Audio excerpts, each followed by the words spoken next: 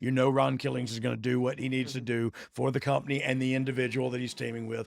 They knew I was going to do that with Jeff Hammond. They knew, Miz was going to do that with Jake Paul or whatever, So you can, yeah, it's definitely a sign of we trust you. Take care of this. You know what I mean? Right. And they did. We did. It had to be great working. You've mentioned it many times, and we'll never get enough of it. Let's put him over as many times as we can.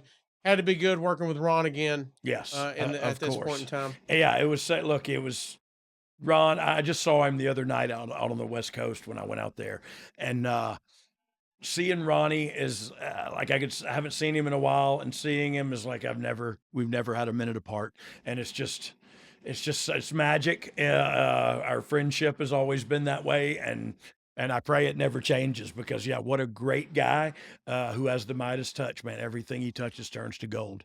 Shout out to we'll get sidetracked in just a second, but shout out to Ryan Satin on his out of character interviews he does.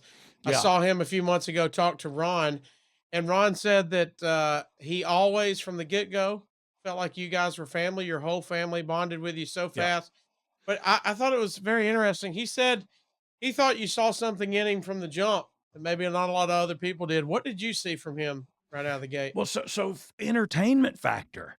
Like Yeah. I'm seeing a bunch of dudes that can come out there and do hip tosses, and nobody's developing an emotional connection with the crowd, and that's what Ronnie Killings had in droves. He had it and didn't know he had it. He had so much of it, didn't know what to do with it. And man, I saw it from the get go. This kid is talent. You know what I mean? And selfishly, Billy had just got out when I first met Ron, and I saw him rap and wrestle in Memphis for Jerry Lawler, and I had just gone down there because my wife worked at the other casino or something. So we went down there to watch the show, and I saw Ron Killings, and Bruce Pritchard was there at the time, and I said, "There's my Billy was out going to be out for 9 months."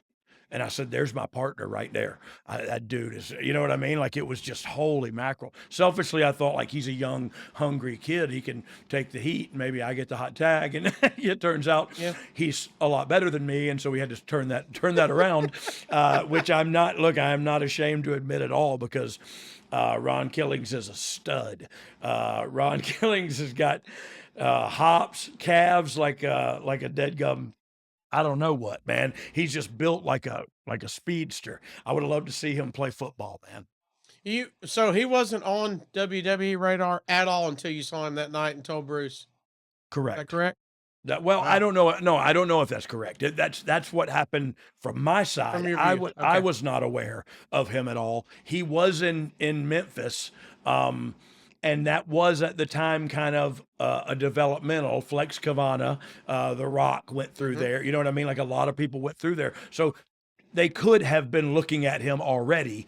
And then I said that they went, "Oh, let's just start him that Fast way." tracked it. You know what I mean? Yeah. And so I don't know how that exactly happened. I just knew I wanted it and I got it. And I wish I would have done better with it once I had it. Let's go back to 2007. VKM interferes for the DQ and attacks Killings in the Pac-Man Jones pairing. Pac-Man runs you off with a chair. Whoa.